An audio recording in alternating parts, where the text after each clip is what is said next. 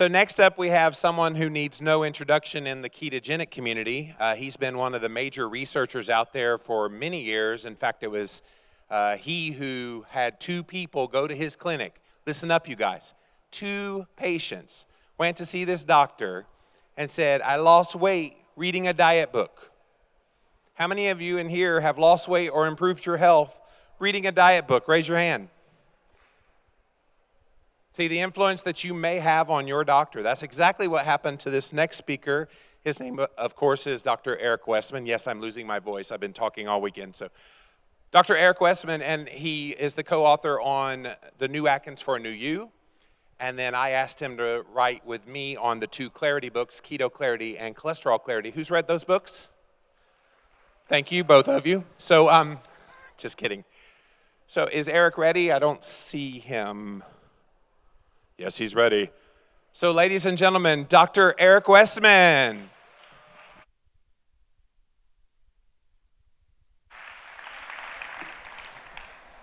Thank you, Jimmy. It's a pleasure to be here. And how about thank you for Jimmy Moore and Brian Williamson for KetoCon.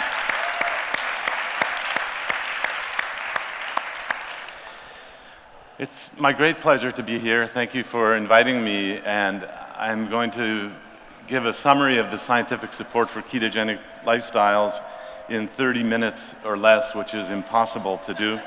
But as background, I am a associate professor of medicine at Duke University Medical Center, director of the Duke Lifestyle Medicine Clinic. I'll show some data from the Lifestyle Clinic today. It's in Durham, North Carolina. I have the pleasure of being one of the only course directors of a medical school elective for medical students who want to learn about obesity treatment. This is another area where we need other education.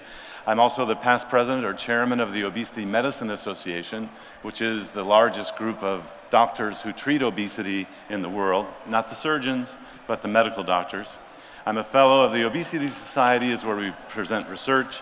I'm editor of a textbook for physicians called Obesity Evaluation and Treatment Essentials, and I'm co-author on several books, including The New Atkins for a New You. We don't get any royalties from The New Atkins for a New You, but I know it's been very, very helpful, and I hope it's been helpful for you. Steve Finney and Jeff Volek are my co-authors there. Jimmy Moore is a co-author on Keto Clarity and Cholesterol Clarity, and Mike Steelman is a co-author on the textbook. I have 2 conflicts, which I'm actually kind of proud to talk about. In a medical meeting, you hide conflicts, and here I'm happy to say that I'm involved in 2 new companies. These are startups. One, Heal Clinics. We have a booth here. The mission of Heal is to increase the access to low-carb, high-fat, or keto teaching and medical care. The Adapt Your Life company mission is to increase availability of keto-friendly products. So back to the science and the clinical application of low-carb keto. It's really nothing new, which is something that disturbs people or says, why do you have to have a new company? Well, that's a whole long story. But back in the 1860s in London, England, William Banting wrote the Letter on Corpulence, which was basically a low-carb, not quite keto, or it might have been, but he lost this weight and wrote it up, and it became a popular book in England. And obesity was kind of a rare thing then, and until the 1800s, until 1950 or so, you would go to a doctor to lose weight or fix diabetes, and they would put you on a low-carb diet. They would put you on a keto diet. What happened then was disastrous, and the 1950s, 60s, 70s, well, until today even, the low-fat diet gained prominence, but it's turning a corner, thankfully, largely to grassroots, people like you seeing results and saying, no way, I'm not going to do what my doctor said, or the guidance that governments give, or even other non-governmental organizations. So in Time magazine now in 2014, the headline is Eat Butter. And that was a big turning point in the pop culture. The science is coming around. Even the mainstream scientists in the obesity world who understand lifestyle and diet will say any diet can lead to weight loss. So if your doctor's up on the latest, they'll say, well, it's okay, you can do keto, but any diet can lead to weight loss. Of course, the fine tuning here is that, well, actually low carb did better than low fat, low calorie, but you don't have to tell them that. The main difference, though, is that the metabolic effect is very different depending on what diet you use. So if you want to lower the metabolic syndrome parameters, this is the abdominal girth, the low HDL, the high triglyceride, all those things, lower the insulin level, the low carb diet actually does better. So all diets can lead to weight loss, but the metabolic effect is different. And now you know more than just about every doctor in a primary care practice. And it's tough being the smartest person in the room. You have to, as you heard, you have to be a little tactful, even if the room is your doctor's office. So when it comes to obesity and diabetes, so obesity is, yeah, been there, done that. Meta-analyses, studies of studies showing that it's safe and effective. What about diabetes? There's been a resurgence in looking at this diabetes, and here are the studies. Our study, our contribution was back in 2008, the date of publication, almost 10 years ago now, where we looked at a low glycemic diet and a low carb keto diet. And the way I looked at it was, this is the second study down, if you look Westman on 2008 on the far left column. You go all the way over to the right, the low glycemic, low calorie diet can work. The hemoglobin A1C, which is a reflection of diabetes management and diabetes control, improved. It went down 0.5 in green there on the low glycemic diet at 100 grams of carbs a day. But on 20 grams of carbs, the low carb keto diet worked better. So this is another point of confusion. Yeah, low carb works. It's not the only thing that works, though. Okay, so if you get into that, rabbit hole of this is the only thing, no, it's not the only thing that works, but it can work better for diabetes, for metabolic syndrome, and for weight loss in general. So this is a way to help you speak to other healthcare professionals in a way that's scientific. So the diabetes is still, there was just a review that came out in the last week on diabetes and low carb diets. A study last year by the Virta company also showed diabetes improving. So you're going to see this more and more, but again, it's not to the level that your primary care or even internal medicine doctor will understand or know. What does LCHF mean or keto mean? And this is a common source of confusion. And I'm trying to simplify it here for you with just looking at the total carbs, grams of carbs per day.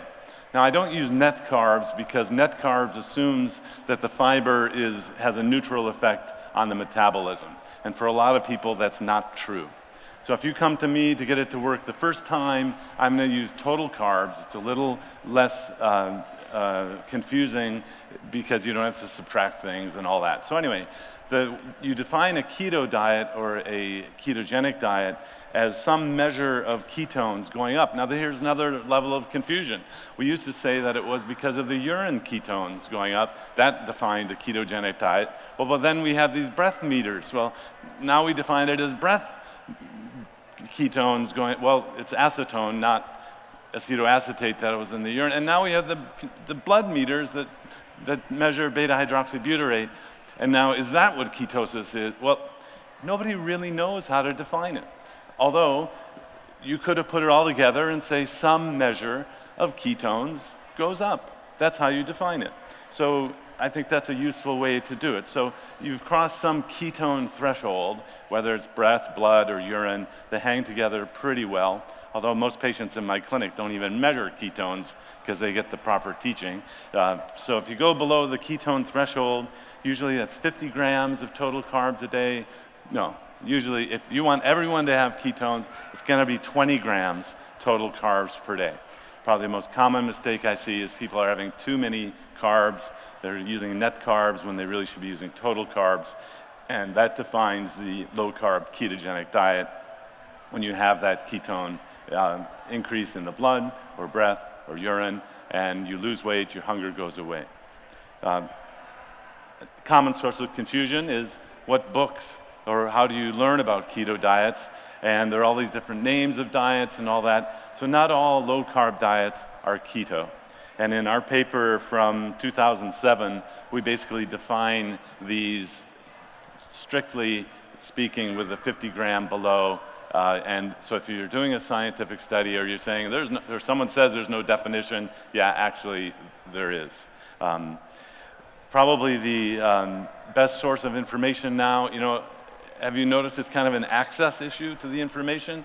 Well, the Public Health Collaboration in the UK now has, within 3 clicks on your smartphone, a way to access all of the randomized trials that compared the low-carb diet to the low-fat, low-calorie diet. Look up Public Health Collaboration, the evidence, and you can put it in your doctor's face in the clinic room, or you can use it to educate people if they need to be educated. So that's the best source of information today, is to just use that smartphone. Keto doesn't necessarily mean no carbs, although low carb means there are good carbs and bad carbs. Roughly speaking, or generally speaking, the vegetables are sources of good carbs. And a variation on a keto diet could be as simple as eat as much as you want of the meat, poultry, seafood, and eggs, limited amounts of salad greens and vegetables. If you're at 1 cup of vegetables, 2 cups of salad greens, that's your 20 total carbs for the day. If you're doing net carbs, you might have an extra 2 cups of the non-starchy vegetables. Limited amounts of high-calorie things. Most common mistake number 2 I see is the indiscriminate adding of butter, MCT, coconut oil to drinks. You drink them. We don't meter the calories through the drinks well at all. So no calories through the beverages, or limit them strictly. That will help a lot of people get through a stall on a keto diet. The Lifestyle Medicine Clinic we started in 2006. So 11 years ago, after, in my mind and in Dr. Yancey's mind at Duke, the phase 3 clinical trials were done, which basically this is using the construct of a medication. What would be the requirement to approve a medicine at the US FDA level? And so we thought, with all the studies being done, that was already done. Sign it off, yeah, it's FDA approved, just like a drug you would purchase from a drug company, pharmacy. So we opened the clinic. It's a university-based private practice using 2 rooms adjacent to an internal medicine teaching clinic. So I'm a teacher, a general internal medicine doctor at the academic center, while now I'm an obesity medicine doctor and internal medicine doctor as well. It's basically, the full-time staff is myself, an obesity medicine specialist, and a clinical nurse assistant. There's no dietitian, there's no exercise physiologist, there's no behavioral person, there's no it's just using really the diet and the education. A 1-hour teaching class of how to do it, and then I see people back one-on-one in the clinic. The payment is within the private or public insurance system. A lot of people are under the false impression that a doctor can't get paid for treating obesity or diabetes and all these things. Actually, they can. There's just a little nuance or extra training they have to have. And the first-line treatment at the Duke Lifestyle Medicine Clinic has been the low-carb ketogenic diet. That's, another point of confusion. We called it the low-carb ketogenic diet in the research studies. Dr. Feynman called it the carbohydrate-restricted diet. Jeff Vola called it the very low-calorie, very low-carbohydrate keto. It's all talking about the same thing. So this is the keto LCHF. Yeah, not all LCHFs are keto, or just plain keto, if you want to look at the synonym. So at the Lifestyle Medicine Clinic, we did a quality improvement sort of study where we looked as best we could at clinical data out of this computer database. And over the last 10 years, we've seen on the far left here 4,000 patients with 28,000 clinic visits. You know, the people in charge of the money like that we see lots of people and charge for it. The patient characteristics in our practice are the average age about 50, 51 years old. Most people are female, 74% female. Half are Caucasian, half are African American in Durham, North Carolina. That's the patient mix we have. And the average BMI is 40.5. The average BMI, body mass index, for African Americans are about 10 points higher than for Caucasians in our clinic.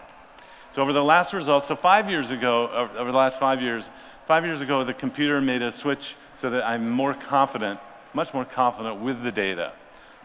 with some double checking of, and I think this will be publishable as a clinical trialist. It's not as high level of evidence as doing the clinical trial on my own, but over the last 5 years, I can pretty confidently say that we've helped 2,000 patients lose 26,000 pounds. So,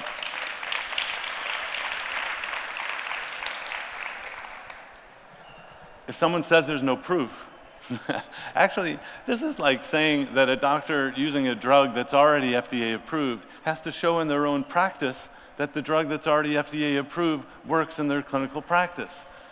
This is a double standard to actually ask a doctor to show that something that's already approved to show that it's already been proven, right?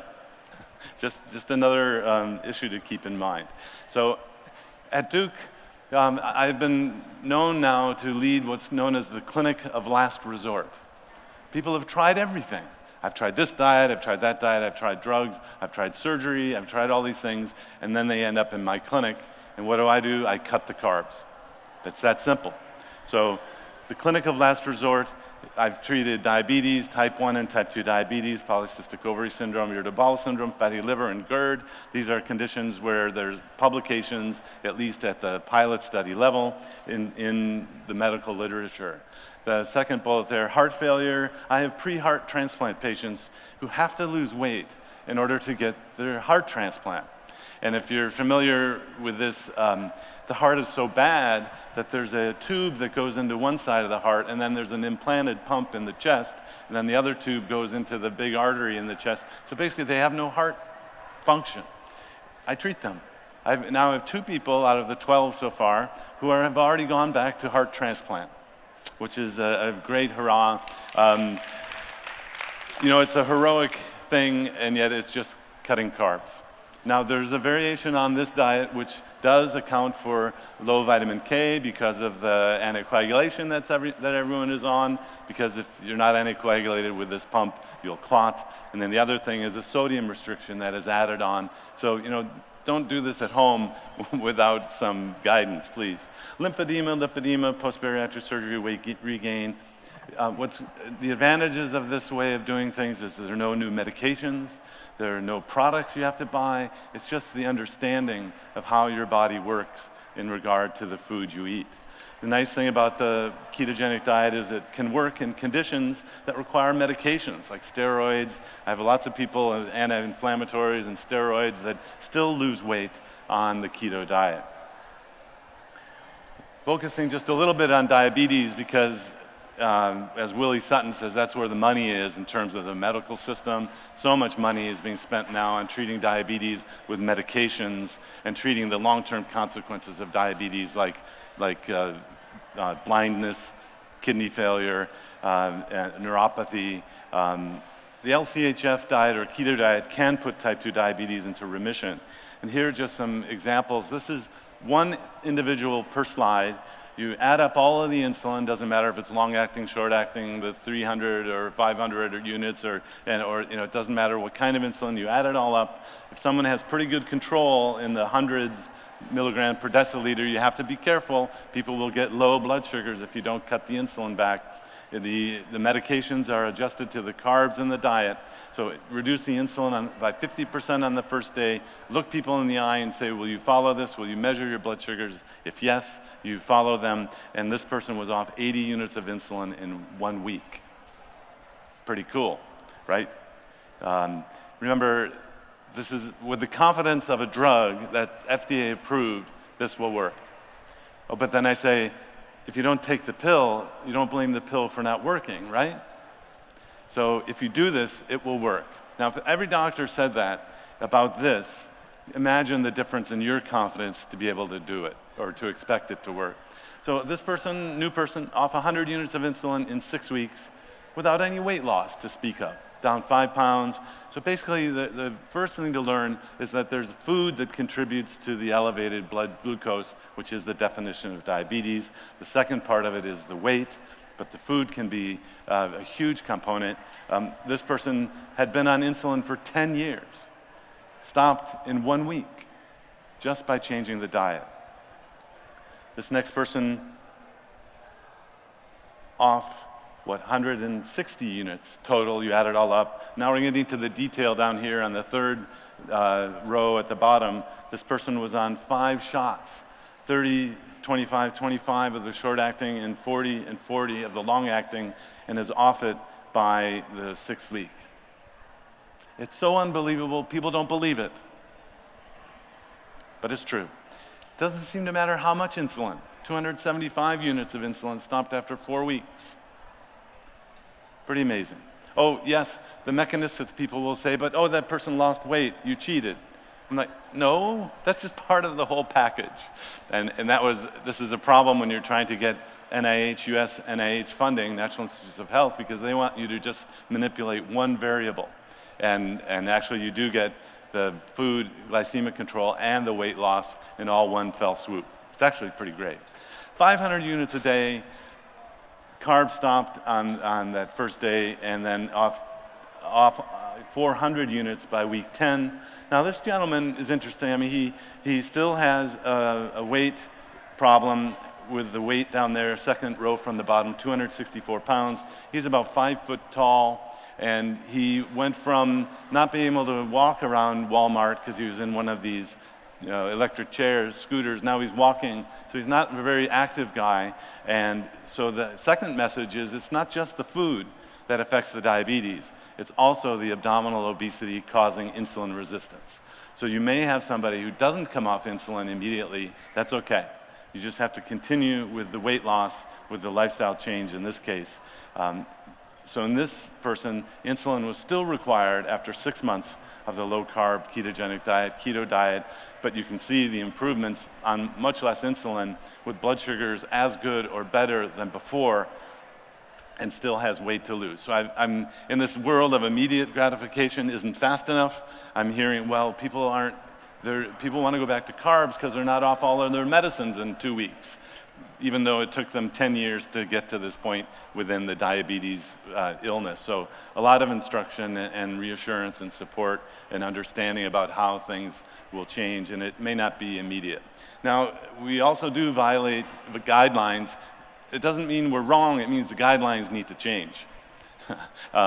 This is one part of the world, even the medical world, where the guidelines have been intransigent due to other factors other than science. And so this violates the guidelines. Any new onset diabetic with 10.5 hemoglobin A1C, this is really high. This person should have been placed on insulin. I'm sorry, I violated the guideline because he said, yeah, I'll do the low carb diet. And so he was off the diabetic diagnosis or definition within a few months and kept it off now for several years just by not eating carbohydrate. So, turn me in, I violated the guideline yet again. It's okay. The guidelines need to change. So here are proven uses of LCHF. Yeah. Just to wrap up, there are levels of evidence, we call it. These are solid, proven uses of LCHF or keto. Obesity, metabolic syndrome, that's the HDL, triglyceride, all that thing. Type 2 diabetes, type 1 diabetes improves, just less insulin is needed. GERD, that's heartburn, PCOS, polycystic ovary syndrome, fatty liver, NAFL, IBS, irritable bowel syndrome, epilepsy. The world is an interesting change agent, and you can change things. This is the effect of a father of a child with type 1 diabetes who created a Facebook group, and now one of our fellows surveyed the Facebook group members, and so this is the Type 1 Grit Facebook group of people with type 1 diabetes and doing low carb. 52 adults and 41 children were in this survey, and at the very bottom you can see the A1C improvement in the adults from 7.8% to 5.2%, and for children from 8.0% to 6.4%. This is a drug-like effect, and they're on less insulin with better blood sugar control. The parents of the children say, we do this because there are no low blood sugars. The parents are terrified that the low blood sugar will happen in the middle of the night and the child won't wake up. So the main reason type 1s do this kind of diet is to eliminate the low blood sugars that can be deadly. lipedema, this is another area that it was said there was nothing you could do. And yet Facebook groups, small studies being done, leading to larger ones. Pretty exciting to see. I got to go to a conference on the lipedema, and the world expert, basically the center where people go, is run by a bariatric surgeon. So of course his view is that everything has to be surgical, just a surgical approach. Well, that's not true. The low carb or keto can also work in this condition. Now, promising uses mean that I can't sign off with the same confidence as a FDA-approved drug. Cancer, Alzheimer's, traumatic brain injury, glycogen storage disease. That's interesting. At a meeting last year, 4 people got up in the front of the meeting and said they had McArdles disease and they were all better. So we wrestled together some scientists to track them down and get their stories, and that was published within a year, the clinical stories of these people with McArdles. And so that's now changing. So that what you see or what you're doing can change the scientists' projects by providing things that can work in areas where there's nothing else to use. So you can actually change, and I like to help make that transition back from the clinic to the researchers. So just to summarize, the LCHF or keto lifestyle, over the last 15 years, the evidence for keto has surpassed the evidence required to approve a new drug. If you know this language, that's the phase 3 studies, and then what happens to a drug is it goes into phase 4 marketing. So that's where you might have a side effect, you send in your form, and the government still looks at these side effects.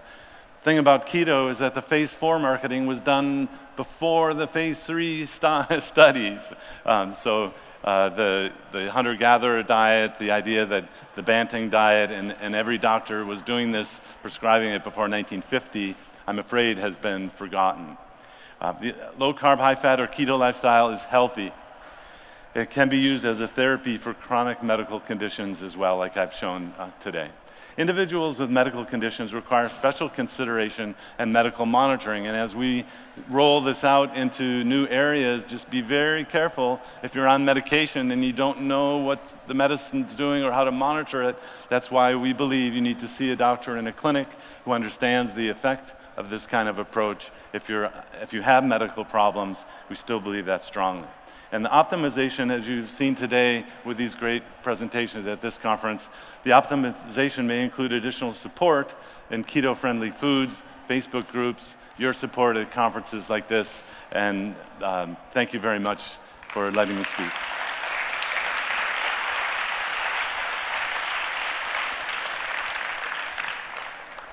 Have a few minutes for questions if you have some.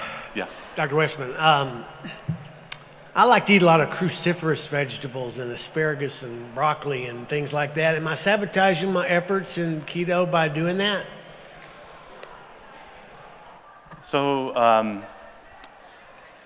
in the teaching that I give, which is sort of the basic 101, it's really a matter of how many of those vegetables you're going to be eating. That's the amount of carbohydrate that you eat can raise insulin levels, which then turn off the ketone production internally. So I don't have any problem with cruciferous vegetables or any non-starchy veggie in terms of the ketosis. It can happen. So what is your concern about cruciferous vegetables? Well, I just want to know if I'm eating, like some of the keto advocates say, you can eat as many green leafy vegetables as you want. I mean, be sure you're getting high fat and moderate protein. And how's that working for you? Well, I'm kind of stalled out. So that's what I'm asking. I'm asking, well, should I start backing off on the vegetables somewhat? Are you in ketosis? Yes. Then you don't have to. Okay. So actually there's two conversations I see going on. One is ketosis for weight loss or diabetes improvement. And then there's ketosis for a therapy, for cancer, for some other, for running, for endurance performance. The level of ketosis really doesn't matter for diabetes or obesity. In fact, the most common mistake I see is that people are adding fat thinking that they're going to get more ketosis when fat has calories in it. But that's for the diabetes and obesity world. If you're trying to optimize a ketone level for some other reason, you feel better at a certain level, you're checking. I get people who come to me with reams of data on what they're measuring and all this, and you can do that, and then you just find your own tolerance for the ketones, and you manipulate your vegetables likewise.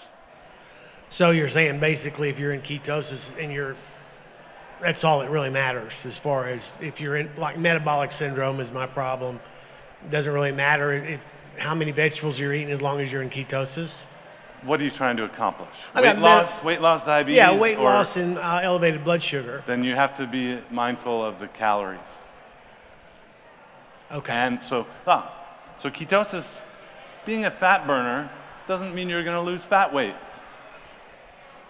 If you're a fat burner, so you've changed your energy from mainly carbohydrates to mainly fat, but now you're eating more fat than you're burning for the day, you're not going to access your fat store, right? So there's no magic about a keto diet in terms of weight loss. It just leads to a low-calorie diet in most people. Okay. I guess one more point I wanted to ask was that... I think next question, right. yeah. Ask me afterwards. I'll be here all day. I hope I can explain this. I have a fear. I've lived with my husband for 40 years with type 1 diabetes. He has all the problems, heart problems, osteoporosis, and such. So 2 years I've been real strong keto, and I've added a lot of fat to his diet. He continues to eat his sugar. He continues to eat his pasta and carbohydrates, but always with fat, and we also do a little MCT oil. So my fear is all the things I hear that you can't add about sugar, you mean? Fear. About eating sugar? Yeah, well, yeah, that's true. But here's what I want to tell you. We call 911 3 to 5 times a year. I have found him unconscious. He's been in convulsions. We spent nights in hospital. Yeah. For the last 2 years, I have not called 911.